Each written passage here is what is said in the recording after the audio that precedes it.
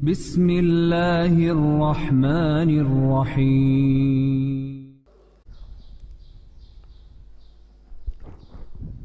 Bismillahirrahmanirrahim. Assalamualaikum warahmatullahi wabarakatuh. Alhamdulillah wassalatu wassalamu ala Rasulillah wa ala alihi wa sahbihi wa mawalah wa la hawla wa la quwata illa billahi wa ba'du. Qala Allahu azza wa jalla ya ayyuhalladzina amanu taqullaha haqqa tuqatih wa la tamutunna illa wa antum muslimun. Wa qala sallallahu alaihi wasallam man salaka tariqan yaltamisu fihi ilma sahhalallahu lahu tariqan bihi ilal jannah. Ma'asyiral muslimin yang dimuliakan Allah Subhanahu wa taala. Alhamdulillah di pagi hari ini kita bisa kembali melanjutkan kajian kita yang tertunda semalam tentang qasasul anbiya, qissatu Nabiyillahi Dawud alaihi salatu wassalam. Nabi Dawud alaihi salatu wassalam adalah nabi yang Allah subhanahu wa ta'ala karuniakan banyak keutamaan, terutama dari nabi-nabi Bani Israel. Karena satu-satunya nabi dan yang pertama dari kalangan Nabi Bani Israel yang Allah subhanahu wa ta'ala berikan dua karunia yang sangat besar, karunia dari langit dan karunia dari bumi. Adapun karunia dari langit, Allah subhanahu wa ta'ala wahyukan kepada Nabi Allah Daud untuk menjadi seorang nabi. Dan ini keutamaan yang luar biasa, diangkatnya beliau menjadi seorang nabi. Adapun dari bumi, maka Allah subhanahu wa ta'ala angkat beliau menjadi raja. Padahal ma'ruf tradisi Bani Israel bahwa kalau dia seorang raja maka mesti keturunan Yahuda, dan kalau dia seorang nabi maka dia mesti keturunan Lawa. Akan tapi Nabi Daud alaihi salatu wassalam menggabungkan dua keistimewaan ini, nabi plus raja. Dan sudah ma'ruf kisahnya ketika Nabi Allah Daud alaihi salatu wassalam terpilih menjadi pasukan khusus Raja Talut. Dan dia orang yang paling muda kala itu, usianya masih 17 tahun. Tetapi Allah subhanahu wa ta'ala memberikan karunia kepada siapa yang dikehendaki. Dari seluruh tentara Talut yang mampu atau berhasil membunuh Raja Zalim, Raja Jalut, adalah Nabi Allah Daud. Dan ketika itu belum diangkat menjadi nabi. Baru setelah kemudian dia membunuh Jalut, kemudian Talut menjanjikan bahwa siapapun yang membunuh Jalut maka dia berhak menikahi salah satu putrinya dan berhak mendapatkan kekuasaan setelahnya. Karena Jalut sendiri ketika menganggap remeh kepada Nabi Allah Daud alaihi salatu wassalam saat mubarazah, perang tanding, Jalut mengatakan, kalau engkau bisa membunuhku maka kuserahkan kerajaanku kepadamu, tapi jika aku membunuhmu maka serahkan kerajaan kalian kepadaku. Dan Daud berhasil membunuh Jalut sehingga sudah pantas dia mendapatkan kerajaan Jalut. Ma'asyiral muslimin yang dimuliakan Allah subhanahu wa ta'ala, terlebih Setelah kemudian Nabi Allah Daud alaihi salatu wassalam menikah dengan salah satu putri daripada Talut, dari sini Allah Subhanahu wa taala firmankan, wa atainahu al-hikmah, dan Allah Subhanahu wa taala berikan al-hikmah, maksudnya kenabian. Maka resmilah Daud alaihi salatu wassalam diangkat oleh Allah Subhanahu wa taala menjadi nabi. Dan Allah Subhanahu wa taala turunkan kitab langit, sebagaimana Ibrahim alaihi salatu wassalam diturunkan padanya suhuf. Inna hadza lafi suhufil ula suhufi Ibrahim wa Musa. Sesungguhnya Al-Quran ini terdapat lembaran-lembaran kitab langit berupa suhuf, suhufnya Nabi terdahulu dan juga suhufnya Musa dan Ibrahim. Maka sebagaimana Nabiullah Ibrahim diturunkan suhuf kepadanya, kemudian juga Nabi Musa alaihi salatu wasallam diturunkan Taurat, kemudian Isa bin Maryam diturunkan Injil, dan Rasul kita Muhammad sallallahu alaihi wasallam diturunkan Al-Quran, maka Nabiullah Daud juga diturunkan Zabur. Tentu Zabur tidak sebagaimana Taurat, Injil ataupun Al-Quran yang sangat tebal, karena Zabur itu kinayah taranum, mungkin semacam bait-bait syair yang suka ditaranumkan, dilanggamkan oleh Daud alaihi salatu wassalam. Dan Daud memiliki 70 suara. Jadi kalau dia taranum membaca Zabur, maka dia membaca dengan 70 qiraah. Setiap berpindah satu qiraah ke qiraah berikutnya, suaranya semakin indah, semakin baik. Bahkan saking indahnya suara Nabi Allah Daud alaihi salatu wassalam, burung-burung bahkan gunung-gunung ikut taranum dengan Daud alaihi salatu wassalam. Nanti akan saya kisahkan bagaimana kisah qiraah Zabur Nabi Allah Daud alaihi salatu wassalam. Baik, kita akan mulai dengan beberapa ayat Al-Quran yang bicara tentang kisah Nabi Allah Daud alaihi salatu wassalam. Allah Subhanahu wa taala berfirman dalam surah As-Sad, ayat ke-17. A'udzu billahi minasyaitonir rajim. Isbir ala ma yaqulun. Bersabarlah engkau wahai Muhammad terhadap apa yang mereka katakan kepadamu. Kita tahu bahwa dakwah Nabi sallallahu alaihi wasallam itu penuh dengan tantangan dan rintangan. Mulai daripada hinaan, ejekan, cacian, makian, ancaman. Itulah tantangan dakwah Nabi sallallahu alaihi wasallam. Sehingga terkadang Nabi sallallahu alaihi wasallam sempit hatinya, dan Allah tahu. Makanya kemudian di antara faedah Al-Quran ini sepertiganya bicara tentang qasas, kisah-kisah para nabi, kisah-kisah para rasul, adalah untuk menguatkan hati Rasul, linusabbitu bihi fuadak, agar hati Nabi sallallahu alaihi wasallam tenang. Apabila Nabi sallallahu alaihi wasallam diancam untuk dibunuh, maka sebelumnya para nabi juga diancam bahkan dibunuh. Seperti Nabi Allah Yahya ibn Zakaria dibunuh, dipenggal kepalanya. Kemudian juga ayahnya Zakaria digergaji dalam pohon. Kemudian Isa juga diancam oleh kaumnya, kemudian diangkat ke langit karena akan mengalami pembunuhan. Maka di sini Allah Subhanahu wa taala ingin menghibur Nabi sallallahu alaihi wasallam dengan mengkisahkan Nabi Allah Daud kepada beliau. Allah Subhanahu wa taala mengatakan, isbir ala ma yaqulun. Bersabarlah atas apa yang mereka katakan. Wadhkur abdana Daud dzal aidi innahu awwab. Dan ingatlah akan hamba kami. Allah Subhanahu wa taala menasabkan Daud kepada hamba Allah, dan ini idhafah tasyrif namanya, idhafah pengagungan, bahwa Daud ini bukan orang biasa tapi orang mulia, karena dinasabkan dengan kata-kata abdana, diidhafahkan kepada kami Allah Subhanahu wa taala.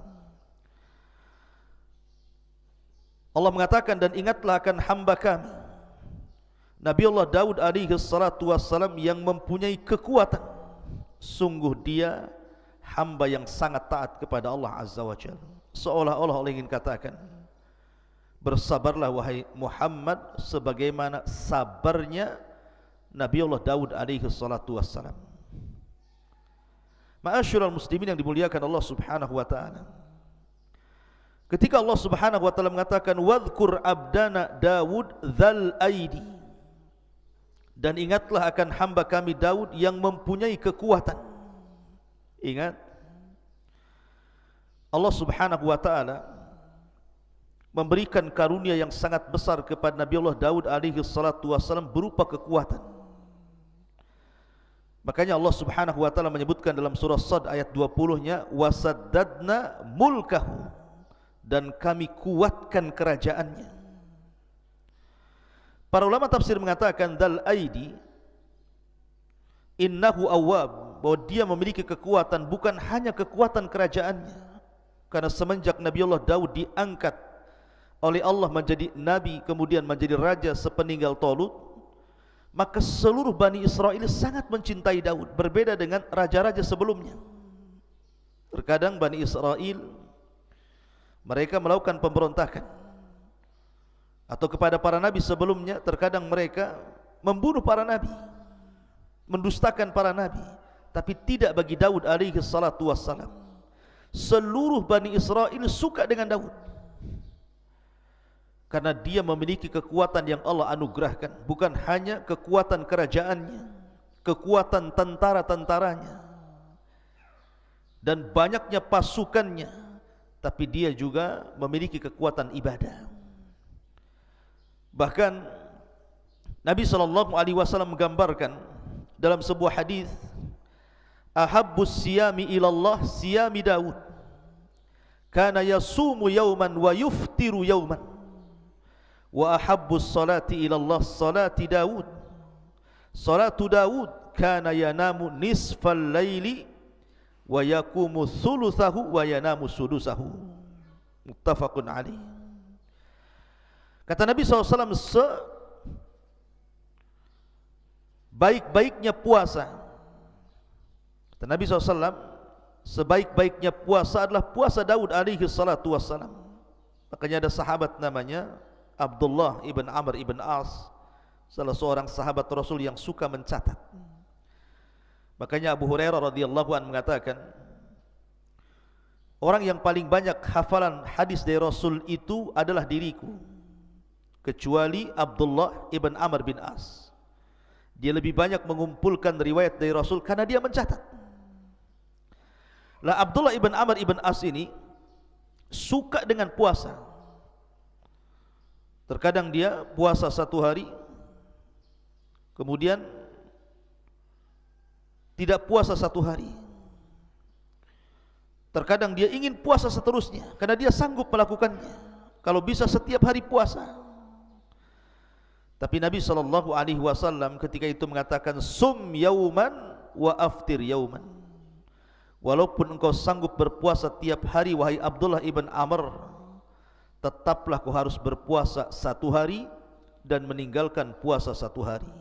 Wa dzalika siyamu Daud, itulah puasanya Nabi Daud. Wa huwa afdhalus siyam, dan itu seutama-utama puasa.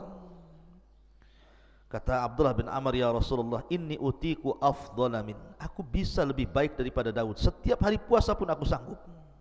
Tapi Rasul mengatakan, la afdhala min dzalik, tidak ada yang lebih afdal dibandingkan puasa Daud. Puasa satu hari, tinggalkan satu hari. Kemudian Nabi SAW mengatakan, wa ahabus salati ilallah salatu Daud, dan seutama-utama salat, maksudnya salat sunnah, adalah salatnya Nabi Daud. Beliau tidur di pertengahan malam, kemudian bangun di sepertiganya, kemudian tidur di seperenamnya. Jadi Nabi Daud alaihi salatu wassalam itu terkenal qawwaman sawwaman. Kalau malam hari dia salat malam, dan kalau siang hari dia berpuasa. Dan dia seorang mujahid, seorang pemberani. Allah berikan kecerdasan kepada Daud alaihi salatu wassalam. Ma'asyiral muslimin yang dimuliakan Allah Subhanahu wa taala. Makanya para ulama mengatakan, di antara sebab kekuasaan Daud itu karena 3 perkara. Pertama, fi jundihi, dari segi tentaranya sangat kuat dan banyak pasukannya dan tidak pernah terkalahkan. Yang kedua, wa quwwatihi, Allah berikan kekuatan ibadah. Bukan hanya kekuatan kerajaan tetapi kekuatan ibadah. Dan tentu yang terakhir, nikmatun minallahi alaih, karena itu nikmat yang Allah anugerahkan kepada Daud alaihi salatu wassalam. Apa saja nikmat yang Allah anugerahkan kepada Nabi Allah Daud? Allah lanjutkan dalam surah Sad ayat 18-nya. Inna sakharnal jibala ma'ahu yusabbihna bil asyi wal israq. Sungguh kamilah yang menundukkan gunung-gunung itu untuk bertasbih bersama Daud pada waktu petang dan juga pada waktu pagi. Wat-tayra mahsyurah, wat-tayra mahsyuratan kullu lahu awwab. Bukan hanya gunung-gunung ditundukkan kepada Nabi Allah Daud alaihi salatu wassalam, sampai kepada kami tundukkan burung-burung dalam keadaan terkumpul masing-masing sangat taat kepada Allah Azza wa Jalla. Jadi kisahnya begini. Saya sudah ulangi dari awal tadi, Nabi Daud itu diberikan kehebatan bacaan Zabur. Kalau dia tarannum luar biasa. Dan itu diisyaratkan kepada sabda Nabi SAW ketika memuji orang-orang Asy'ariyun. Jadi ada kabilah di Yaman namanya Asy'ariyin. Kabilahnya Abi Musa al-Asy'ari. Itu dikenal dengan suara Al-Quran yang sangat merdu. Jadi apabila pasukan Asy'ariyun ini berangkat jihad bersama Rasul, safar untuk berjihad, maka apabila di malam hari, kan yang terlibat dalam perang itu bukan hanya satu kabilah, berkabilah-kabilah, salah satunya kabilah Asy'ariyun. Apabila Nabi SAW beristirahat di malam hari dan pasukan pun beristirahat, Nabi SAW tahu di mana letak kabilah Asy'ariyun beristirahat, walaupun banyak kabilah. Sampai-sampai dia mengatakan, Innila a'lamu maudi al-Asy'ariyina indal jais. Aku tahu di mana letaknya kabilah Asy'ariyun, di tengah-tengah pasukan. Kenapa? Karena kebiasaan mereka suka solat malam dan tarannum Al-Quran, dan suaranya indah. Makanya suatu malam Nabi SAW suatu ketika berjalan-jalan ke ganggang rumah-rumah kota Madinah, melihat-lihat kondisi sahabatnya. Rupanya Nabi terhenti dengan sebuah rumah, karena di zaman itu sudah terbiasa dari rumah-rumah kaum muslimin itu keluar suara tawan, maksudnya suara bacaan Al-Quran seperti suara tawan. Manusia disibukkan dengan bacaan Al-Quran. Jadi Rasul kalau lewat di rumah ini keluar suara Al-Quran, di rumah itu keluar suara Al-Quran. Dan itulah kehebatan para sahabat, menghidupkan malam mereka dengan Al-Quran. Berbeda dengan di zaman sekarang, yang keluar dari rumah itu bukan Al-Quran, justru sesuatu yang melalaikan dari Al-Quran, suara musik, bahkan suara-suara candaan, suara-suara tertawa yang tidak ada gunanya. Bahkan hal-hal yang diharamkan pun keluar dari rumah-rumah kaum muslimin. Tapi di zaman itu tidak ada suara yang keluar dari rumah kaum muslimin di malam hari kecuali bacaan Quran. Sehingga Nabi SAW terhenti di salah satu rumah. Rupanya rumah itu adalah rumahnya Abu Musa al-Asy'ari radhiyallahu anhu. Maka Rasul tertegun mendengar suara bacaan Abu Musa al-Asy'ari yang luar biasa, merdu. Sampai Rasul tidak sadar waktu berjalan mendekati waktu subuh. Maka Rasul baru tersadar, langsung dia pulang. Kemudian persiapan sholat subuh. Setelah sholat subuh, dia panggil Abi Musa al-Asy'ari radhiyallahu anhu dan mengatakan, Ya Aba Musa, semalam aku terhenti di samping rumahmu dan aku mendengar suara Al-Quranmu yang begitu menakjubkan dan indah. Maka kata Abi Musa al-Asy'ari, Ya Rasulullah, kalau seandainya aku tahu kau berada di samping rumahku, ku indahkan lagi bacaanku. Kata Rasul, Ya Aba Musa, laqad utita mizmar min mazamiri ali Daud. Wahai Aba Musa, Allah sudah anugerahkan kepadamu suara indah seperti suara Daud dan keluarganya ketika tarannum Zabur. Saking indahnya. Dan saya katakan Daud memiliki 70 suara. Setiap satu suara berpindah ke suara berikutnya, maka suara itu jauh lebih indah dibandingkan suara sebelumnya. Sampai-sampai Allah gambarkan dalam surah As-Sad ayat 18-19 ini, ketika Nabi Allah Daud tarannum Zabur, maka burung-burung akan datang dari mana-mana, kemudian akan bernaung di atap rumahnya, di atap istananya. Mereka ikut bersiul, ikut melanggamkan seperti yang dilanggamkan Zabur oleh Daud alaihi salatu wassalam.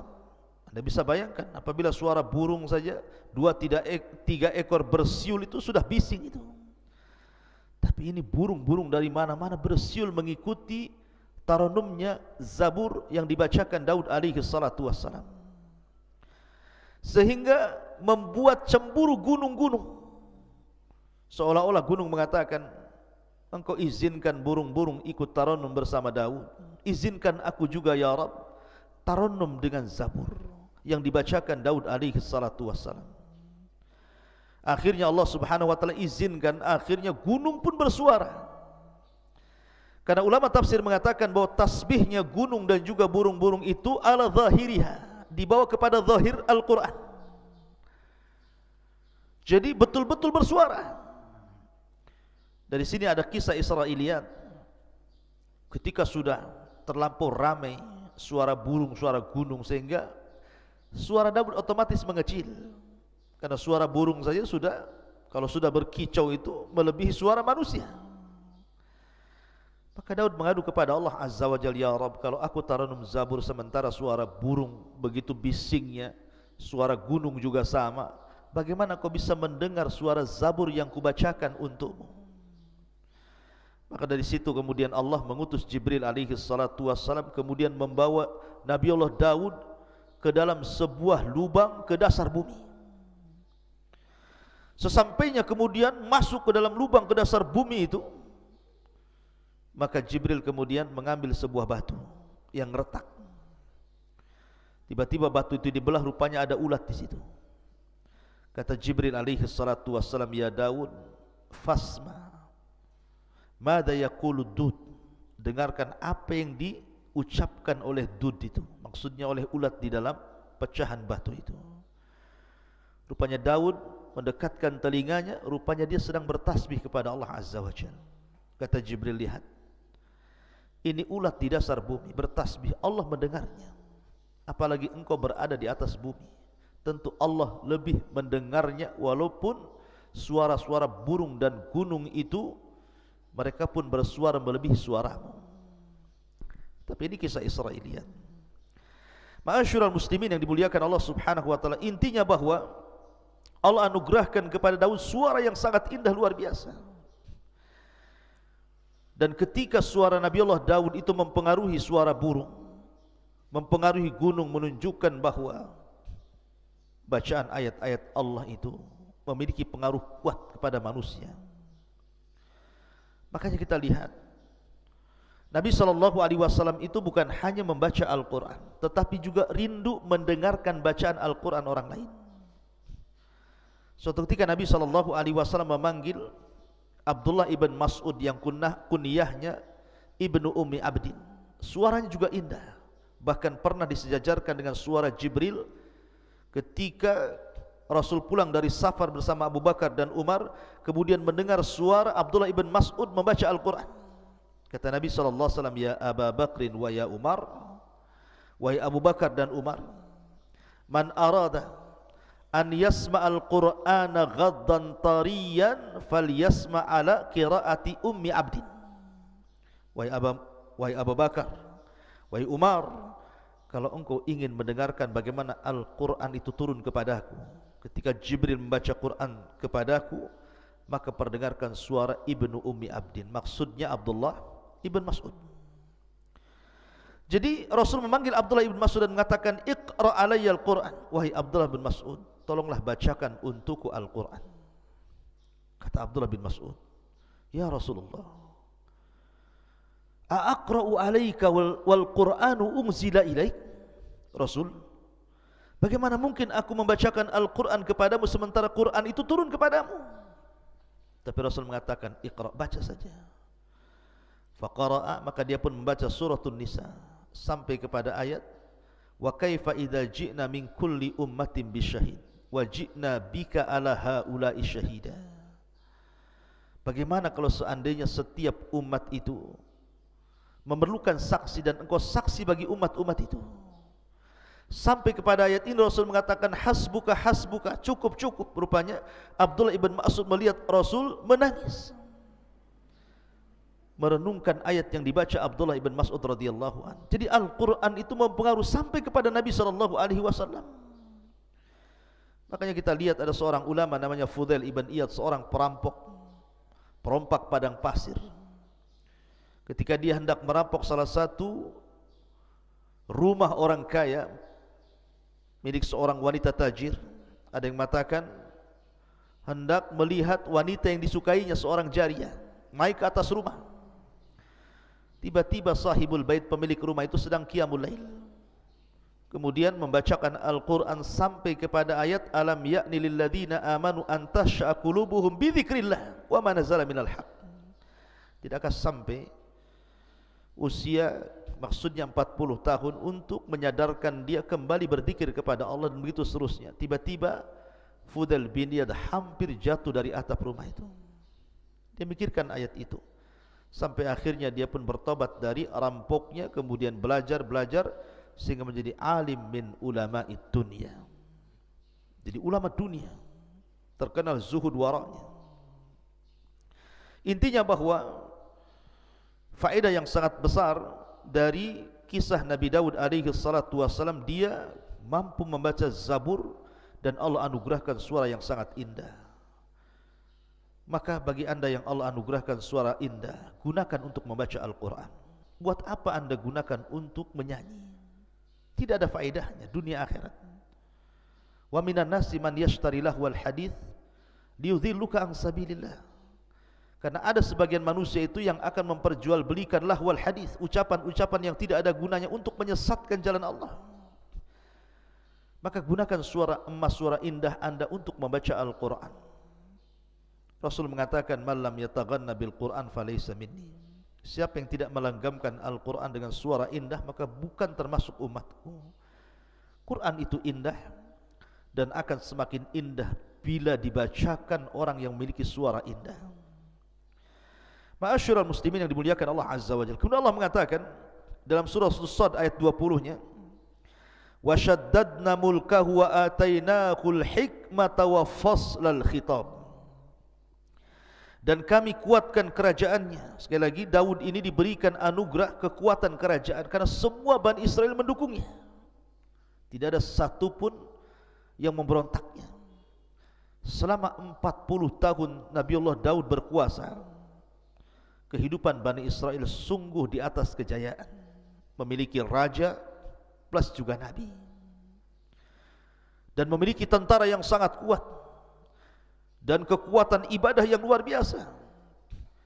Makanya Allah mengatakan dan kami kuatkan kerajaannya, wa atainahul hikmah, dan kami berikan hikmah kenabian kepadanya, wa faslal khitab, dan kebijaksanaan dalam memutuskan perkara. Jadi Nabi Allah Daud itu subhanallah, dia diberikan kepahaman yang luar biasa.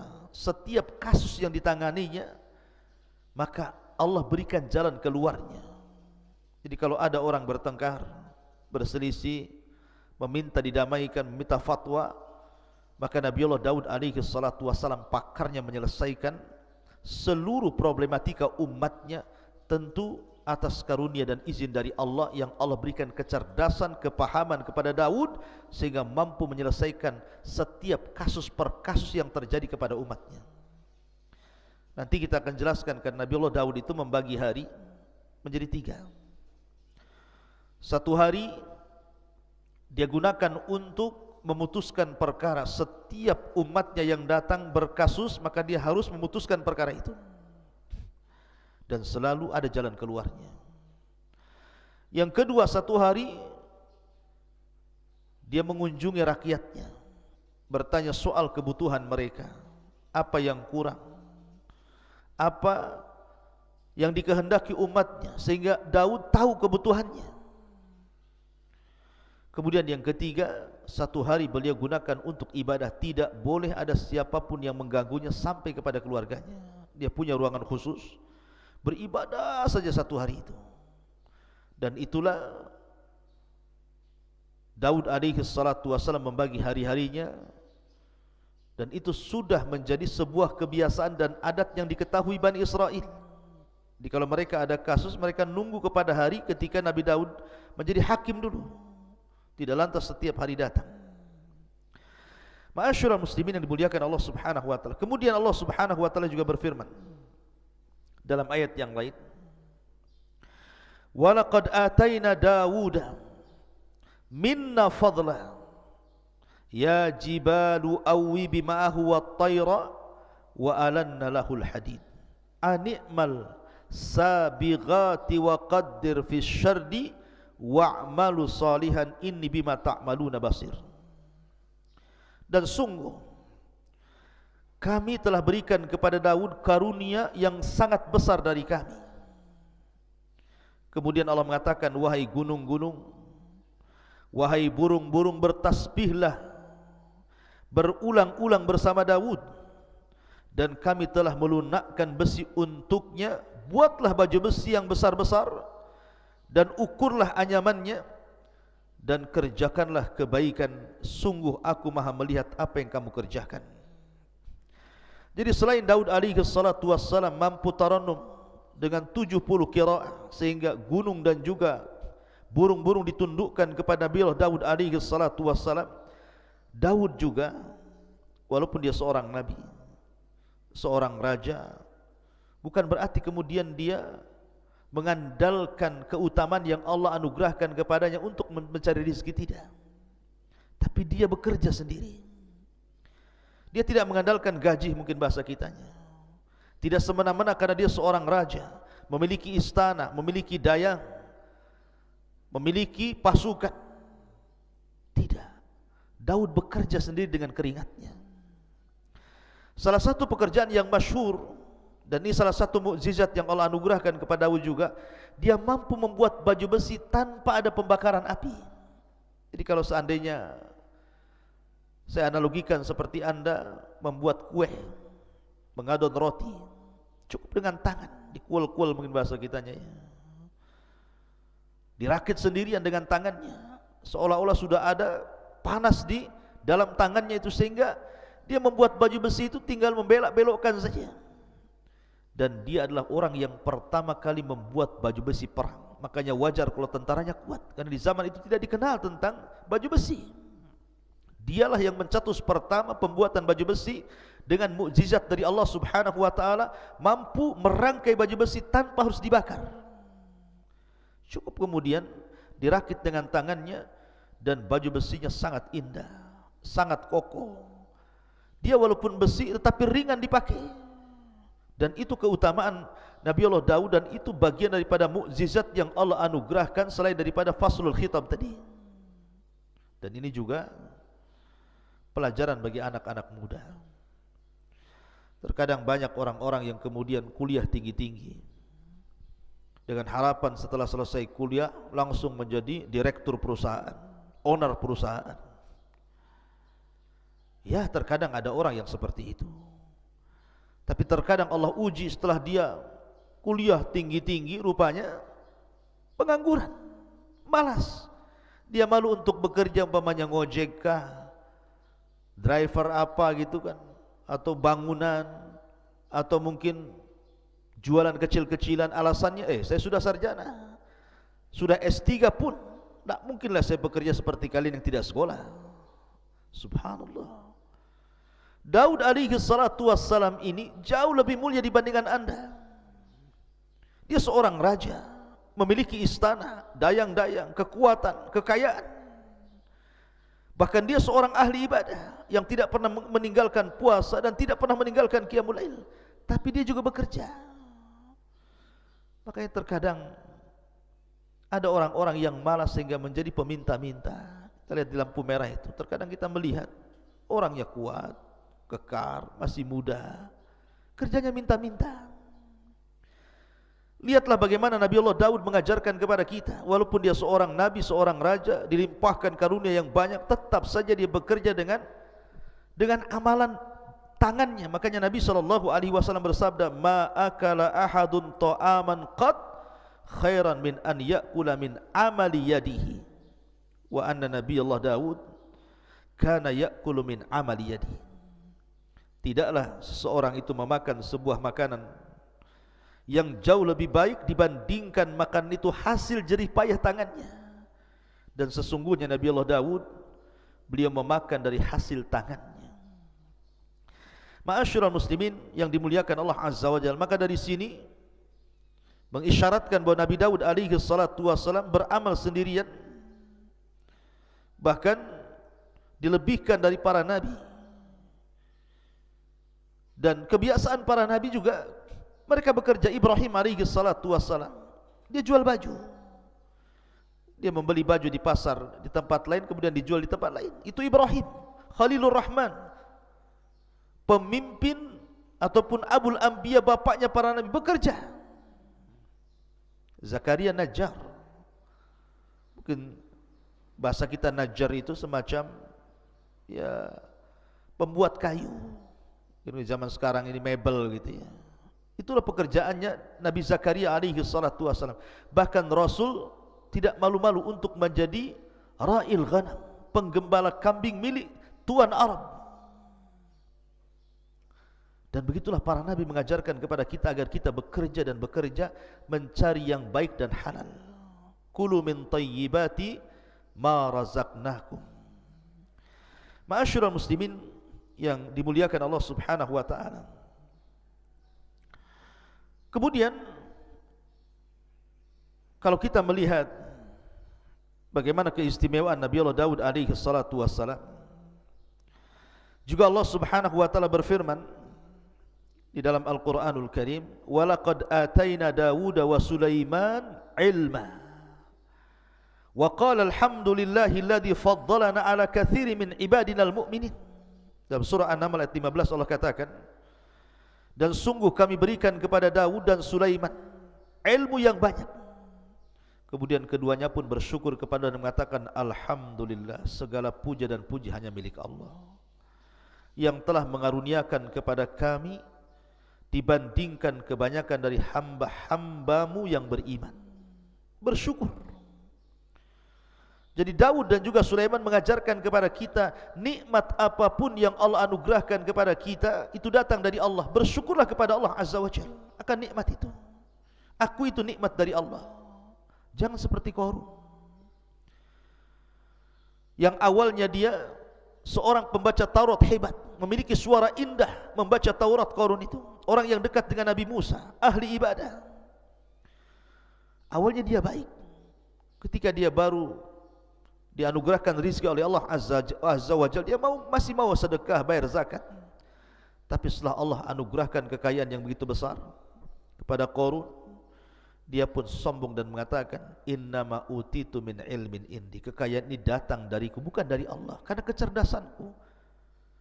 Mungkin bahasa kitanya, karena saya sudah kuliah tinggi-tinggi, kalau saya sekarang kaya, jadi manajer, jadi owner perusahaan, wajar, itu karena kecerdasanku. Dia lupa bahwa yang berikan rizki itu Allah Subhanahu wa ta'ala. Akui itu nikmat dari Allah. Bersyukur dengan cara mengeluarkan rizki Allah itu kepada sesuatu di jalan Allah. Karena banyak orang-orang itu yang mencari rizki dengan cara halal, tetapi kemudian diinfakkan dengan cara yang haram. Harta anda akan ditanya di hadapan Allah, min aina iktasabahu wa fima anfaqahu. Kemana? Dari mana kau hasilkan harta itu, kemana kau belanjakan? Semua akan ditanya. Maka di sini pelajaran yang sangat berharga dari Nabi Allah Daud dan juga Sulaiman putranya. Beliau memuji Allah Subhanahu wa taala, alhamdulillah. Makanya Nabi Allah Sulaiman alaihi salatu wassalam diberikan anugerah kekayaan yang mungkin jauh lebih hebat dibandingkan ayahnya. Tapi dia mengatakan, hadza min fadli rabbi, ini semua karunia Allah. Liyabluwani Ashkuru an akfur. Sengaja Allah menguji diriku, kata Sulaiman, apakah aku akan menjadi hamba Allah yang bersyukur ataukah menjadi hamba Allah yang kufur. Karena bagaimanapun kekayaan itu difirmankan Allah Azza wa Jalla, kalla innal insana la yatgha an ra'ahu stagna. Betapa banyak orang-orang yang kemudian melampaui batas dalam hidupnya ketika Allah berikan kecukupan kepadanya. Na'udzubillah. Ma'asyiral muslimin yang dimuliakan Allah Subhanahu wa taala. Ketika para ulama memberikan catatan bahwa dalam surah An-Naml ayat 15 ini, walaqad ataina Dawuda wa Sulaimana ilma wa qala alhamdulillahilladzi faddalana ala katsirin min ibadihil mu'minin, dan sungguh kami telah berikan kepada Daud dan juga Sulaiman ilmu yang banyak. Kemudian keduanya memuji Allah dan mengatakan segala puja dan puji hanya milik Allah yang telah melebihkan kami dari kebanyakan hamba-hamba Allah yang beriman. Allah berikan nikmat yang luar biasa kepada dua nabi ini. Salah satunya Nabi Allah Daud alaihi salatu wasallam. Apa saja nikmat yang Allah anugerahkan kepada Nabi Allah Daud alaihi salatu wasallam? Yang pertama, al-quwwah al-ilmiyah, kekuatan pengetahuan yang cerdas. Makanya Allah mengatakan dalam surah Al-Baqarah ayat 251, wa 'allamnahu wa 'allamahu mimma yasha. Dan Allah ajarkan pengetahuan kepada siapa dari hambanya sesuai dengan kehendaknya. Ma'asyiral muslimin yang dimuliakan Allah Azza wa Jalla, dan Nabi Allah Daud diberikan pengetahuan yang luar biasa, kepahaman, kecerdasan yang luar biasa. Yang kedua, al-quwatul badaniyah. Dia dianugerahkan kekuatan badan, kekuatan fisik, sehingga tadi bisa membuat baju besi dengan tanpa ada pembakaran. Cukup dengan tangannya saja dirangkai sedemikian rupa, akhirnya menjadi baju besi. Dan Allah katakan dalam surah Saba ayat 10, wa alanna lahul hadid, dan Allah lembutkan besi kepada Daud alaihi salatu wasallam, dan itu bentuk kekuatan fisik beliau. Kemudian yang ketiga, quwwatul mulki bitaskhiril asbabil madiyati wal ma'nawiyati liuqawi mulkahu min kathratil junud wa husni sirati wal adli wal fasli fil khusumat. Kekuatan kerajaan dengan berbagai macam sebabnya, sehingga dengan kecerdasannya dan kekuatan fisiknya akhirnya kuat kerajaannya, dicintai oleh Bani Israel. Dia mampu mengelola kerajaan begitu baik, tentaranya kuat, dan dia memiliki akhlak yang sangat mulia dan dicintai rakyatnya. Dia seorang yang adil dalam memberikan keputusan, dan dia paham bagaimana cara menyelesaikan sebuah urusan, permasalahan, problematika yang dihadapi umatnya. Makanya Allah mengatakan wasyadadna mulkahu dalam surah Sad yang saya tadi bacakan ayat 20, dan kami kuatkan kerajaannya. Kemudian yang keempat, al-isabatu fil qawli wal fahmi fil qadha. Tepat sasaran apabila memutuskan sebuah perkara. Kalau ada orang konflik, bermasalah, datang kepada Nabi Daud, langsung bisa diselesaikan urusannya, seketika langsung selesai urusannya. Makanya Allah mengatakan wa atainahul hikmata wa faslal khitab. Faslal khitab, paham dengan urusan orang. Kemudian yang nomor 5, al-manzilatul aliyatu indallah. Dan ini yang paling luar biasa, Daud memiliki keistimewaan yang tinggi di sisi Allah Subhanahu wa taala, sehingga Allah mengatakan dalam surah Sad ayat 25, faghfarna lahu dzalik wa inna lahu indana la zulfa wa husnal ma'ab. Dan kami ampuni dosa-dosanya, dan sungguhnya Daud di sisi kami, kata Allah, sungguh hamba Allah yang mendekatkan diri kepadaku, dan dia akan mendapatkan kebaikan tempat kembali kelak. Kemudian yang nomor 6, al-barakatu fil waqti wa taysirul qiraati alaihi. Barakah dalam waktu, karena Daud itu tidak pernah menyanyiakan waktunya walaupun 1 detik. Bagaimana tidak di malam hari dia tahajud. Kanu minal laili ma yahjaun. Jadi Daud itu menghidupkan setiap malamnya. Dan begitulah adatul anbiya, kebiasaan para nabi. Lihat Rasulullah SAW sampai diwajibkan qiyamul lail bagi dia, sehingga di masa tuanya kaki-kaki Rasul pecah-pecah, Sehingga Aisyah radhiyallahu anha mengatakan, ya Rasulullah, engkau sudah sepuh, sudahlah kerjakan yang wajib-wajib, tinggalkan yang sunnah-sunnah. Tapi Rasul mengatakan, ya Aisyah, afala akuna abdan syakur, salahkah saya menjadi hamba Allah yang bersyukur? Maka salat melahirkan syukur.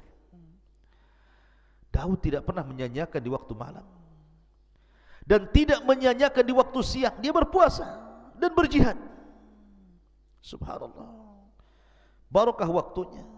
Dan Allah mudahkan bacaan Zabur kepadanya, sehingga Allah subhanahu wa ta'ala anugerahkan suara yang sangat indah dan mempengaruhi makhluk-makhluk di sekitarnya. Kemudian nomor 7, husnus saut, indahnya suara. Saya katakan Daud memiliki 70 qiraah. Satu qiraah lebih indah daripada qiraah berikutnya, dan itu keistimewaan. Makanya saya katakan, anda yang memiliki suara emas, suara indah, gunakan untuk baca Quran. Bukankah Rasul yang mengatakan, man qara harfa min kitabillah falahul hasanatu wal hasanatu bi asyri amsalihha, la aqulu alif lam mim harfun walakin alifun harfun wa lamun harfun wa mimun harfun, kata Rasul. Saya membaca satu huruf, siapa yang membaca satu huruf dalam Al-Quran, maka dia dapat satu kebaikan yang dilipat gandakan 10 kali lipat kebaikan.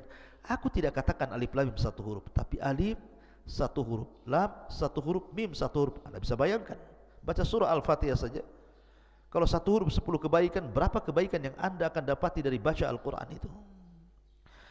Ma'asyiral muslimin yang dimuliakan Allah subhanahu wa ta'ala, adapun beberapa kisah yang terkait dengan Nabi Allah Daud alaihi salatu wassalam disebutkan dalam riwayat Abi Hurairah radhiyallahu anhu. Jadi ketika Allah subhanahu wa ta'ala menciptakan Adam alaihi salatu wassalam, kemudian meniupkan ruh, kemudian dia pun bersin, kemudian Allah mengajarkan untuk membaca Alhamdulillah, kemudian Allah jawab yarhamukallah, kemudian Allah mengatakan idhab ila ulaikal malaika, wahai Adam, temui para malaikat yang ada di hadapan, ucapkan kepada mereka assalamualaikum. Maka Adam pun kemudian datang kepada para malaikat mengucapkan assalamualaikum, dan malaikat menjawab waalaikumsalam warahmatullahi wabarakatuh. Kemudian Adam kembali kepada Allah dan mengatakan, inna hadhihi tahiyyatuka wa tahiyyatu ummatika ya Adam. Inilah salam penghormatan kepadamu dan salam penghormatan bagi umatmu. Makanya Nabi juga memerintahkan untuk menyebarkan salam, karena itu bagian daripada merekatkan hati. Kata Nabi SAW, absus salam bainakum, sebarkan salam di antara kalian. Maka setelah itu kemudian Allah subhanahu wa ta'ala mengusap punggung Nabi Adam alaihi salatu wassalam. Kemudian Adam diperlihatkan keturunannya. Maka ketika Adam kemudian melihat keturunannya, dilihatnya ada satu orang dari turunan Adam alaihi salatu wassalam memiliki cahaya di dahinya, dan itu sangat menakjubkan Adam alaihi salatu wassalam. Kenapa orang ini bercahaya? Dan siapa dia? Akhirnya kemudian Adam mengatakan, ya Rabb, man hadha, siapa orang itu? Dari turunanku yang bercahaya itu siapa? Maka Allah mengatakan, hadha ibnuka Daud, itu turunanmu, namanya Daud alaihi salatu wassalam. Qad kutibat lahu umru arba'ina sana, Allah sudah catat dia hanya punya umur 40 tahun saja. Ketika mendengar usianya pendek, sementara Adam sudah takjub dengan Daud alaihi salatu wassalam, dia mengatakan, ya Rabb, zid fi umri, zid fi umri, tambahkan usianya.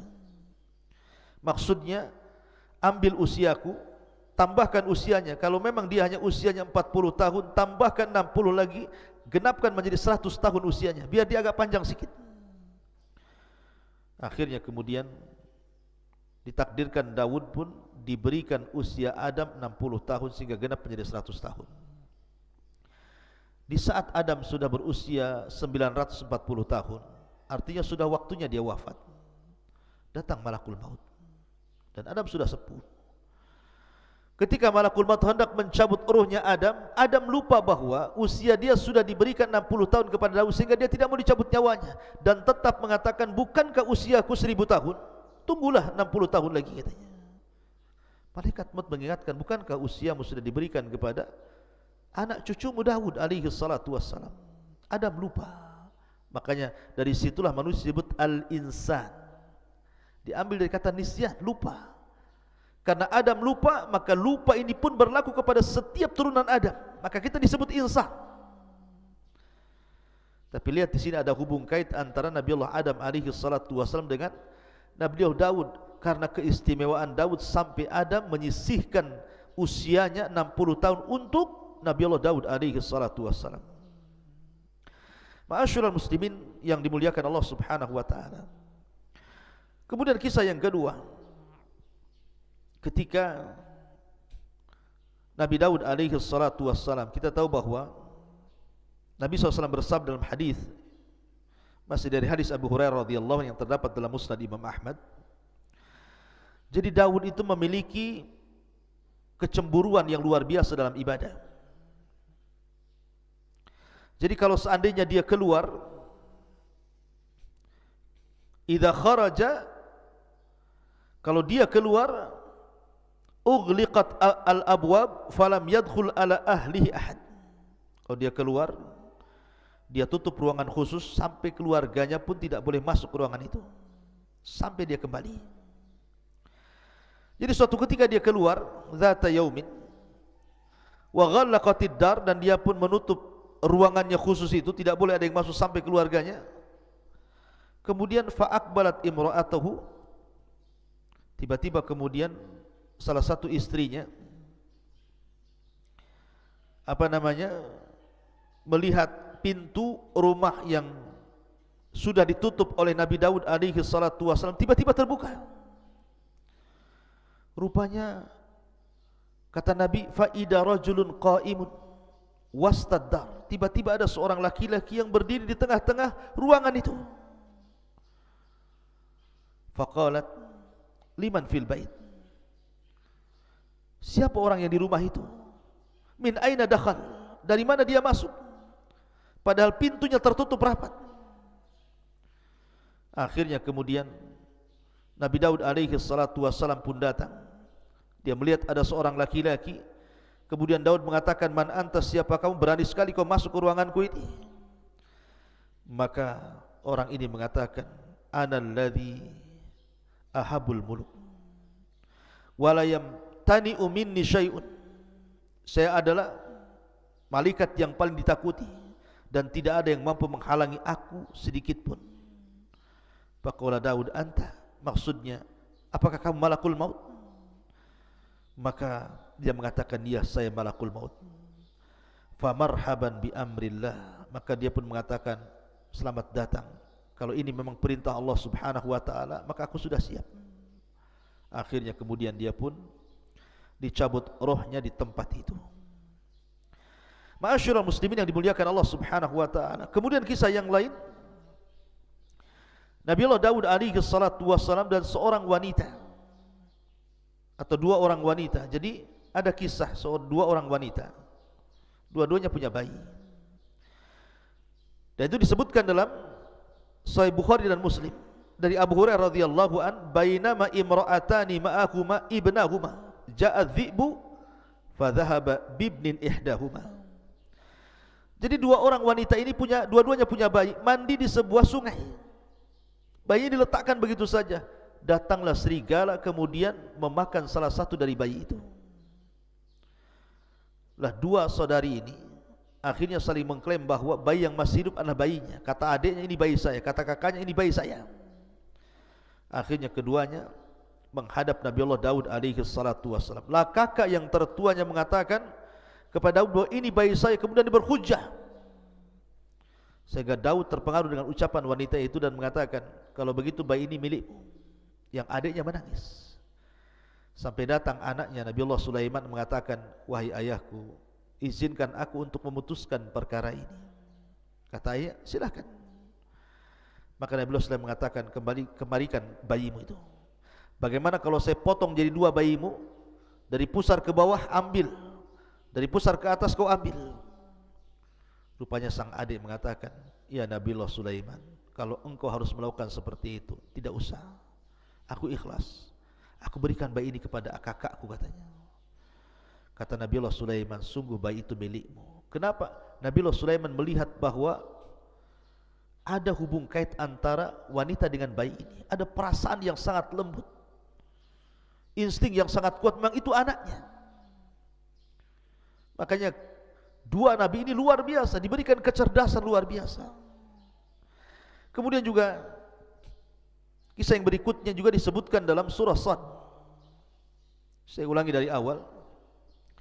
Ya, Nabi Daud alaihi salatu wassalam ini diberikan oleh Allah subhanahu wa ta'ala kecerdasan yang luar biasa, dan dia membagi waktunya menjadi tiga waktu. Jadi satu hari untuk memutuskan perkara, satu hari untuk melihat-lihat rakyatnya, dan satu hari untuk beribadah. Dihabiskan satu hari itu untuk beribadah kepada Allah azza wa jalla. Jadi suatu hari disebutkan di dalam Al-Quran surah Sad ini, wa hal ataka naba'ul khasmi id tasawwarul mihrab. Dan apakah telah sampai kepadamu berita orang-orang yang berselisih ketika mereka memanjat dindingnya mihrab. Jadi Daud itu punya ruangan khusus, dindingnya tinggi, enggak ada orang yang bisa memanjat di situ. Tapi suatu malam yang harusnya Nabi Daud itu hari itu dia gunakan untuk ibadah, kan ada hari lain untuk memutuskan perkara, tiba-tiba ada dua orang yang memanjat ke dalam pagarnya. Manusiawi, Daud takut, ini siapa kok bisa manjat pagar? Kemudian Allah mengatakan, iddakhalu ala Daud fafazi'a minhum. Ketika mereka masuk menemui Daud, Daud pun takut dan terkejut karena kedatangan mereka. Qalu, maka dua orang yang berselisih ini mengatakan kepada Daud, la takhaf, jangan takut. Khasmani baga ba'duna ala ba'din fahkum bainana bil haqq wa la tushtit wahdina ila sawa'is sirat. Jangan takut, kami dua orang yang sedang berselisih, sebagian kami menzalimi sebagian yang lainnya, maka berilah keputusan kepada kami secara adil, dan janganlah menyimpang dari kebenaran, serta tunjuki kami jalan yang lurus kepada Allah subhanahu wa ta'ala. Daud terperanjat. Kata Daud, ya sudah, apa masalah? Kemudian yang salah satu ini dari dua orang yang berselisih, yang satu diam saja, tapi yang satu bicara terus. Inna hadza akhi, ini saudaraku. Lahu tis'un wa tis'una na'ja. Dia mempunyai 99 ekor dari kambing betina. Waliya na'jatun wahid. Dan aku hanya mempunyai seekor kambing betina saja. Faqala aqfilniha wa azzani fil khitab. Lalu dia berkata, serahkanlah kambingmu itu kepadaku, dan dia mengalahkan aku dalam perdebatan. Qala laqad dhalamaka bisu'ali na'jatika ila ni'aji.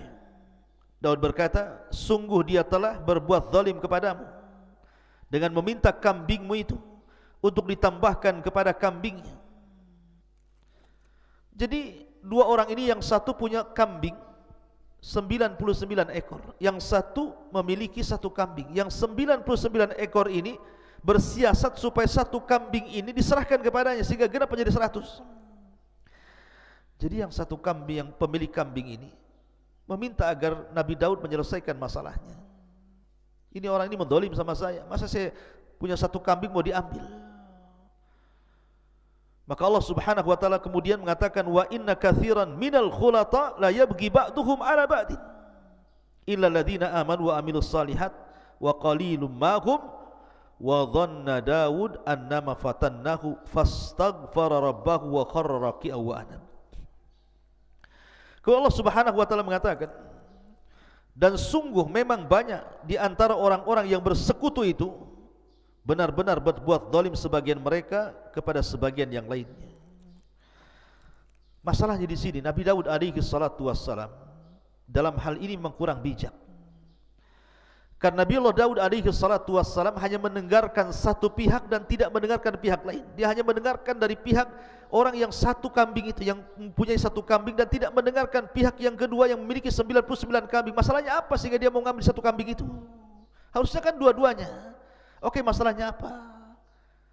Karena kalau orang berserikat itu kebanyakan mereka pasti ada masalah.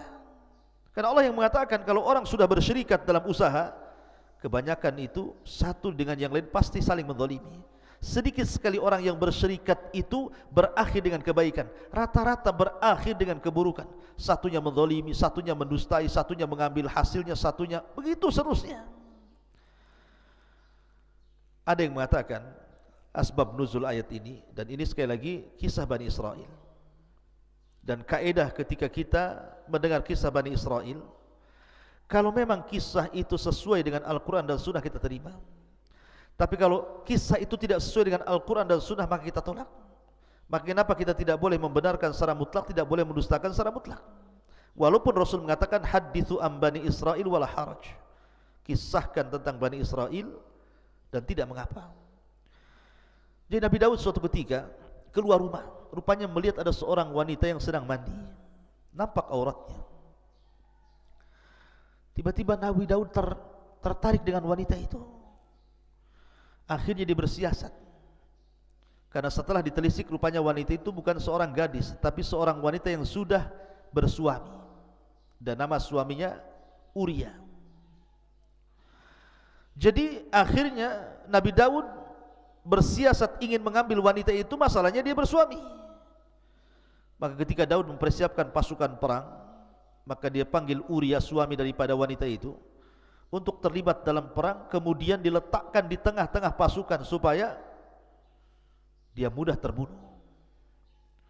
Akhirnya berangkatlah pasukan itu, dan suami daripada wanita ini Uria dilibatkan di tengah-tengah pasukan, bahkan paling depan. Akhirnya terbunuhlah wanita itu, terbunuhlah suami dari wanita itu. Maka Daud pun mengambil janda daripada mujahid itu. Sekali lagi ini kisah dusta. Tidak mungkin seorang nabi melakukan seperti itu.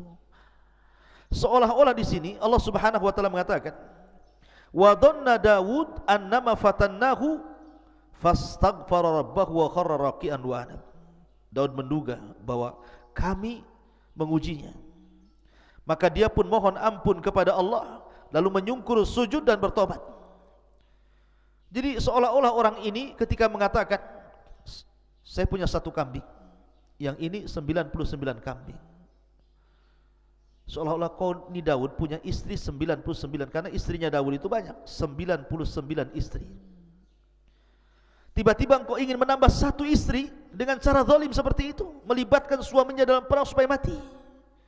Sama dengan kisah ini, orang ini memiliki 99 kambing, kemudian saudara yang memiliki satu kambing, kemudian yang 99 yang punya kambing ini hendak menzalimi saudaranya dan mengambil satu kambing biar dimasukkan menjadi 100. Maka Daud pun sadar, jangan-jangan ini peringatan bagi dia. Makanya dia langsung minta ampun kepada Allah, langsung sujud dan kembali kepada Allah Azza wa Jalla. Sekali lagi kisah ini kisah dusta. Maka kita hanya melihat zahir kisah Al-Quran, tidak ada hubung kait dengan wanita tadi ataupun dengan Uria yang dilibatkan dalam perang. Itu kita, Islam tidak mengenal kisah itu.